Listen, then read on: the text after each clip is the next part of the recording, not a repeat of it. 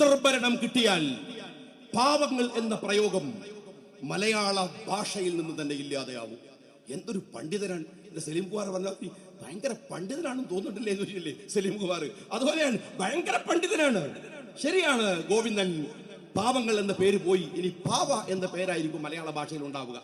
ഗോവിന്ദൻ പാവ, EP ജയരാജൻ പാവ, DYFI പാവ, CPM എന്ന പാവ, പിണറായി വിജയന്റെ കയ്യിലെ വിരലിനനുസരിച്ച് ചലിക്കുന്ന വെറും പാവ എന്ന പേര് ഇനി ഈ 10 കൊല്ലം കൂടി കഴിഞ്ഞാൽ ഉണ്ടാകൂ എന്നത് ഉറപ്പാണ്.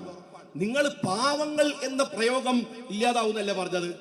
എന്നാൽ നിങ്ങൾ ഭരിക്കാൻ തുടങ്ങിയ ശേഷം മലയാള ഭാഷയിലേക്ക് വന്ന ചില പ്രയോഗങ്ങളുണ്ട്. അതൊന്ന് പരിശോധിച്ച് നോക്കിയാലോ? ഒന്ന് കാരണഭൂതർ, ഒന്ന് കടക്ക് പുറത്ത്, ഒന്ന് പരനാറി, ഒന്ന് മഞ്ഞക്കുറ്റി, ഒന്ന് അമ്പലക്കള്ളൻ, ഒന്ന് ബഹുജനം, ഒന്ന് പൗരപ്രമുഖൻ, ഒന്ന് ഇരട്ടച്ചങ്ക്, മറ്റൊന്ന് ഊരിപ്പിടിച്ച വാള്, അതും കഴിഞ്ഞ കപ്പിത്താനും. ഇത് മലയാള ഭാഷയിൽ നിങ്ങൾ 10 കൊല്ലം കൊണ്ടുവന്നിട്ടുള്ള വലിയ ഒരു കാര്യം സഖാക്കൾ മനസ്സിലാക്കിയിട്ടോ. പാവങ്ങൾ എന്ന പദത്തിന് പകരം പൗരപ്രമുഖൻ എന്ന പദം മലയാള ഭാഷയിലേക്ക് വരികയല്ല ചെയ്തത്. പാവങ്ങൾ എന്ന പേര് വെട്ടി അവിടെ പൗരപ്രമുഖൻ എന്ന പേര് വെക്കുന്നത് CPM എന്ന് പറയുന്ന മുതലാളിത്ത പാർട്ടിയുടെ നിഘണ്ടുവിലാണ്, മലയാള ഭാഷയിലല്ല. അവിടെയാണ് നിങ്ങൾ ഈ ഇയാളുടെ ജാഥയിൽ ഈ എന്താണ് ബംഗാളിലെ സഖാക്കളെ കൊണ്ട് മുദ്രാവാക്യം വിളിപ്പിന്നൊക്കെ നമ്മൾ കേട്ടു. ജാഥക്ക് ഒരു ഇമ്പുണ്ടാക്കാനാണ്. അതൊക്കെ നമ്മൾ അങ്ങനെ കുറ്റം അറിയേണ്ട കാര്യമൊന്നുമില്ല. ജാഥയിൽ ആ ജാഥ ഇവന്റ് മാനേജ്മെന്റ് മാത്രമുള്ള ഒരു ജാഥയാണ്. പക്ഷെ ഒരു സാധു മനുഷ്യനെ ഒരു 4 ദിവസം മുമ്പ് ബാലുശ്ശേരിക്കടുത്ത് ആ മനുഷ്യനെ സ്റ്റേജിലേക്ക് പിടിച്ചു വലിച്ച്, ഞാൻ എന്നും വരുമ്പോൾ ആ സീന് കണ്ടു. അയാളുടെ കൈ ഇങ്ങനെ വറക്കനുണ്ട്. അയാളോട് പറഞ്ഞു കൊടുത്ത വാചകം തെറ്റാതെ പറഞ്ഞോ എന്ന് അയാൾ ക്യാമറയിലേക്ക് ആ വൃദ്ധൻ ഇങ്ങനെ നോക്കുന്നുണ്ട്. എന്നിട്ട് അയാള് 2000 രൂപ കൊടുത്തിട്ട് പറയാൻ, ഇതാ 2000, UDF വന്ന ഇനി ആ പെൻഷനും കൂടെ കിട്ടൂല. അപ്പം ഗോവിന്ദൻ എന്ന് പറയുന്ന മഹാമനുഷ്യൻ ആ 2000 അദ്ദേഹത്തിന്റെ കീശയിലേക്ക് ഇട്ടുകൊടുക്കുന്ന സീനൊക്കെ ഉണ്ട്. എന്തൊരു മനോഹരമായ, എന്ത് തല്ലിപ്പൊളി കാസ്റ്റിംഗ് ആണോ CPM-കാരാ. ഈ ഗോവിന്ദനോട് കുറച്ച് നന്നായി അഭിനയിക്കാനെങ്കിലും പറയും.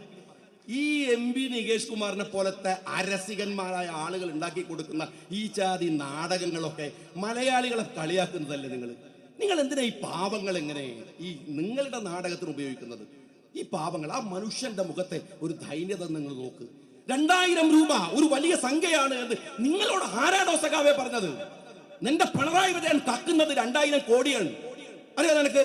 എന്നിട്ട് 2000 രൂപ കിട്ടിയ ഒരു പാവം മനുഷ്യനെ നാടകത്തിന് വേണ്ടി സ്റ്റേജിൽ കയറ്റുക. ഇവിടെയൊക്കെ കണ്ടല്ലോ, അതിദരിദ്രരില്ല എന്ന് പറയുന്ന ഹോർഡിങ് കണ്ടിട്ടുണ്ടോ? ഈ പിണറായിയും MP ഗോവിന്ദനൊക്കെ വലിയ കുപ്പായ കെട്ടുക നിൽക്കുക. എന്നിട്ട് കുറെ സാധുക്കൾ അതിന്റെ സൈഡിൽ ഇങ്ങനെ ഫോട്ടോയിൽ നിൽക്കുക. നിങ്ങളായ ഈ രാജ്യത്തെ രാജാക്കന്മാരാണ്. നിങ്ങളെ ഏത് തരത്തിലാണ് ഈ നാട്ടിലെ പാവം മനുഷ്യരെ എത്ര മോശമായിട്ടാണ് നിങ്ങൾ ചിത്രീകരിക്കുന്നത്? ഒരു കാര്യം സഖാക്കൾ ഓർത്തോ, നിങ്ങളുടെ ഈ ജാഥ കടന്നു പോകുന്ന വഴികളിലൊക്കെ മനുഷ്യൻ ബാക്കിയാക്കി വെച്ച ചില ചോദ്യങ്ങളുണ്ട് നിങ്ങളോട് ചോദിക്കാൻ. ആ ചോദ്യങ്ങൾക്ക് ഉത്തരം കൊടുക്കാനാണ് VD സതീശൻ ഒരു ജാഥയുമായി കേരളം മുഴുവൻ യാത്ര ചെയ്യുന്നത്. ഓർത്തോ നിങ്ങൾ? ആ ജാഥയിൽ ജനങ്ങൾ ചോദിക്കുന്നത്, നിങ്ങൾ എത്ര മായ്ച്ചു കളഞ്ഞാലും ശബരിമല പോവില്ല. എന്തുകൊണ്ടെന്നറിയോ? ശബരിമല നിങ്ങൾ യഥാർത്ഥത്തിൽ ഒരു സ്വർണ്ണക്കൊള്ള മാത്രമല്ല, വിശ്വാസക്കൊള്ള കൂടിയാണ്. നിങ്ങൾ ഈ രാജ്യത്തിലെ ശബരിമല വിശ്വാസികളായ മഹാഭൂരിപക്ഷം വരുന്ന ഹിന്ദു സഹോദരന്മാരോട് പറയാണ്, കട്ടത് അവിടെ നിൽക്കട്ടെ. എങ്ങനെ കട്ടത് അവിടെ നിൽക്കട്ടെ? ഈ UDF-ന്റെ വർഗീയത ഒന്ന് നോക്ക്. UDF-ന്റെ വർഗീയത നോക്ക്. ഇവര് മഹാകുഴപ്പക്കാരല്ലേ? സതീശൻ കണ്ടില്ലേ ആരതിന്റെ പരിപാടിക്ക് പോണത്? ലീഗ് കണ്ടില്ലേ ഭയങ്കര കുഴപ്പക്കാരായി നിൽക്കണത്?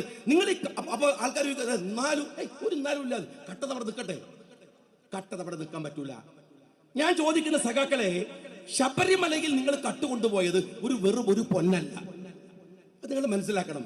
വിശ്വാസമാണ്.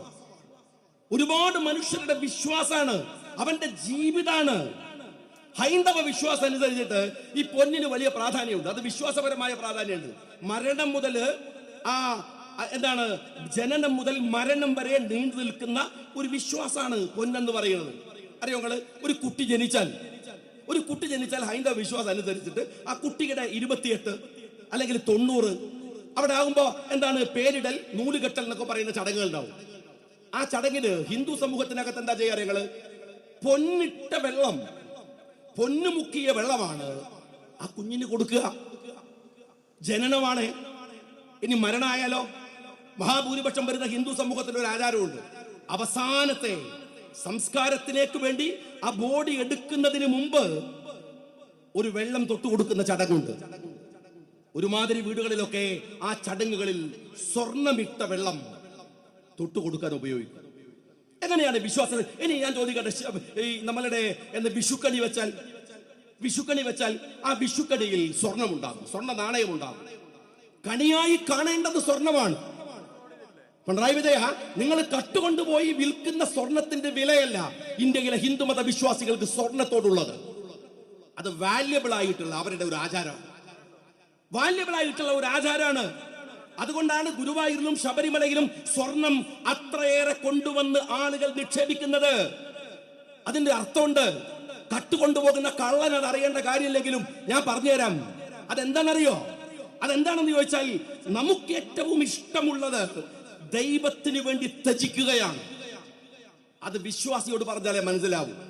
നമുക്ക് ഏറ്റവും ഇഷ്ടമുള്ളത് സ്വർണ്ണല്ലേ? നമ്മളെ സ്ത്രീകളിൽ മഹാഭൂരിപക്ഷം ആളുകളുടെ ഇഷ്ടം, ആ ഇഷ്ടം ദൈവത്തിന് വേണ്ടി ത്യജിക്കുന്നതാണ് ഇതെന്നാണ്. എന്ന് വെച്ചാൽ ദൈവത്തിന് വേണ്ടി സാക്രിഫൈസ് ചെയ്യുക. അതാണ് സഖാവേ കാര്യം. ദൈവത്തിന് വേണ്ടി ശബരിമല നിങ്ങൾ നോക്ക്, 41 ദിവസത്തെ വ്രതമുണ്ട്. കഠിന വ്രതമാണ്, വെറും വ്രതമല്ല. മണ്ഡലകാലമായാൽ എല്ലാവരും ശബരിമലക്ക് പോകുന്നത് വെറുതെ അല്ല. 41 ദിവസത്തെ കഠിന വ്രതം. ആ വ്രതം കഴിഞ്ഞിട്ട് ആ വ്രതത്തിന്റെ കൂടെ എന്തുണ്ട്? പഞ്ചശുദ്ധി വരുത്തണം. വാക്ശുദ്ധി, മനഃശുദ്ധി, ആഹാരശുദ്ധി, അങ്ങനെ പഞ്ചശുദ്ധി. മനുഷ്യന്റെ ഇന്ദ്രിയങ്ങൾക്ക് മുകളിൽ നിയന്ത്രണം ഉണ്ടാക്കുക. ഇന്ദ്രിയാണാം ഹിചരതാം എന്മനോണ് വിധിയതേ തദസ്യ ഹാരതി പ്രജ്ഞാം വായുർണമം വിവാംബസി എന്നൊക്കെ പറയുന്നുണ്ട്. നിങ്ങൾ ഇന്ദ്രിയത്തെ അങ്ങനെ ഇതാക്കാൻ പാടില്ല, അതിന് ശരീരത്തെ വിട്ടുകൊടുക്കാൻ പാടില്ല, മനസ്സിനെ വിട്ടുകൊടുക്കാൻ പാടില്ല എന്നൊക്കെ പറഞ്ഞിട്ട് പഞ്ചേന്ദ്രിയങ്ങളെയും നിയന്ത്രിച്ച് പഞ്ചശുദ്ധി വരുത്തി 41 ദിവസത്തെ വ്രതമെടുത്ത് മലയിലേക്ക് പോവുക. ഇരുമുടി കെട്ടുമായിട്ടാണ്. ഈ ഇരുമുടി കെട്ടിൽ തന്നെ 2 കെട്ടുണ്ടാവും. അതിനാണ് ഇരുമുടി. മുൻകെട്ടുണ്ടാവും, പിൻകെട്ടുണ്ടാവും. ഈ മുൻകെട്ടിനകത്ത് അവര് വെക്കുന്ന കുറെ കാര്യമുണ്ട്. അയ്യപ്പന് സമർപ്പിക്കുന്ന സമയത്ത് ആ മുൻകെട്ടിനകത്ത് എല്ലാം ഉണക്കലരി ഉണ്ടാവും, തേങ്ങ ഉണ്ടാവും, അതുപോലെ തന്നെ അടക്ക ഉണ്ടാവും, വെറ്റിലുണ്ടാവും, അങ്ങനെയുള്ള സാധനങ്ങളൊക്കെ ഉണ്ടാവും. കാണിപ്പൊന്നുണ്ടാവും, കാണിക്ക വെക്കാനുള്ള കാണി പൈസയും ഉണ്ടാവും, ഓരോരുത്തരുടെ ആപതനുസരിച്ച്. ഈ ഇരുമുടിക്കെട്ടും ചുവന്ന് ഇവിടുന്നേ തീരുമാനിച്ച് അവർ വിശ്വാസത്തിന്റെ ഭാഗമായി ശബരിമലയിൽ കൊണ്ടുപോയി കൊടുക്കുന്നതാണ്. അത് മാത്രമല്ല, നിങ്ങൾ ഈ ആന്ധ്രയിൽ നിന്നും കർണാടകയിൽ നിന്നൊക്കെ വരുന്ന വിശ്വാസികളോട് ചോദിച്ചാൽ അവർ പറയും, അവര് രോഗം വരുമ്പോൾ അയ്യപ്പന് നേർച്ച ചെയ്യും. ഇനി ഒരു ബിസിനസ് തുടങ്ങുകയാണോ, അയ്യപ്പനോട് പറയും, ഞാൻ ഈ ബിസിനസ്സിൽ എനിക്ക് വിജയം ഉണ്ടായാൽ ഞാൻ അയ്യപ്പന് ഇന്ന കാണിക്കയിടാം. സഖാവ് പിണറായി വിജയ, ഈ പൈസയുടെ അടിച്ചു മാറ്റണത് ഇത് മനസ്സിലാക്കണം. തമിഴ്നാട്ടിലും കർണാടകയിലും ആന്ധ്രയിലും ഒക്കെ അവരുടെ ബിസിനസ്സിലെ ഒരു പാർട്ട്ണറെ പോലെ അയ്യപ്പനെ കരുതും. ഇന്ന വിഹിതം ടാക്സിന് ചിലപ്പോൾ വെട്ടിപ്പടുത്തും, അയ്യപ്പന്റെ മുമ്പിൽ വെട്ടിപ്പടുത്തൂല. അയ്യപ്പന്റെ വിഹിതം എത്രയാണോ കണക്ക് കൂട്ടി അത് ശബരിമലയിൽ കൊണ്ടുപോയി ഇടും. അതാണ് മനുഷ്യൻ തളരുമ്പോൾ, പ്രയാസം ഉണ്ടാകുമ്പോൾ എനിക്ക് ജീവിതത്തിൽ തുണയായി എന്റെ അയ്യപ്പനുണ്ട് എന്നാണ് ഹിന്ദുമത വിശ്വാസികളുടെ, അയ്യപ്പ ഭക്തന്മാരുടെ വിശ്വാസം. എല്ലാ മതത്തിലും അത്ര വിശ്വാസമുണ്ട്. അതിന്റെ പേരിൽ അവർ നിക്ഷേപിക്കുന്ന പണമാണത്. മല്യ ഉണ്ടല്ലോ, ആ മല്യ കൊടുത്ത സ്വർണ്ണാണല്ലോ അവർ അടിച്ചു മാറ്റിയത്. മല്യ എന്താ പറയുന്നത്? ഞാൻ അയ്യപ്പനെ മുന്നിൽ കണ്ടുകൊണ്ടൊരു കച്ചവടം നടത്തി, ഒരു ബിസിനസ്. അതിന്റെ വിഹിതമാണ് ഏറ്റവും. ആ സ്വർണം മല്യ വാങ്ങാൻ സമയത്ത് പറയുന്ന ഒരു കാര്യമുണ്ട്, സ്വർണം അതിനകത്തൊരു കളങ്കമില്ലാത്ത, ഒരു ഉരുപ്പടിയും ചേർക്കാത്ത തനി തങ്കമായിരിക്കണം. ആ തങ്കമാണ് അദ്ദേഹം ശബരിമലയിൽ കൊണ്ടുപോയി വെച്ചത്, അവിടെ ഇട്ടത്.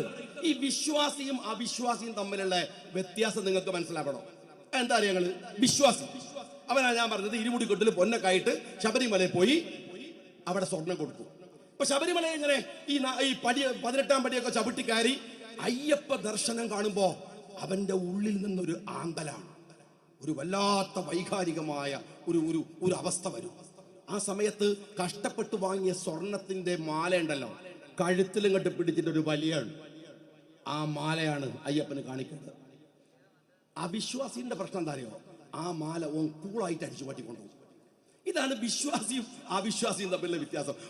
അവിശ്വാസിക്ക് കരുവന്നൂർ ബാങ്കിലെ പൈസയും നമ്മളുടെ ഇവിടെ ഈ ദുരിതാശ്വാസത്തിന് കിട്ടിയിട്ടുള്ള പൈസയും അവിടെ രക്തസാക്ഷിയുടെ പേരിൽ പിരിച്ച പൈസ ഒക്കെ കണക്കാണ്. ഓനെല്ലാം അടിച്ചു മാറ്റും. അവർക്ക് പ്രത്യേകിച്ച് അതിന് ഒരു വിശ്വാസിയാണെങ്കിൽ ആ പണത്തിൽ അവൻ തൊടില്ല. അവർക്ക് രക്തസാക്ഷി ഫണ്ട് കണക്കാണ്, എല്ലാ ഫണ്ടും കണക്കാണ്. കട്ട് കൊണ്ടുപോകാൻ ഒരു മടിയുമില്ലാത്ത ഒരു വൈകാരികത ജീവിതമാണത്.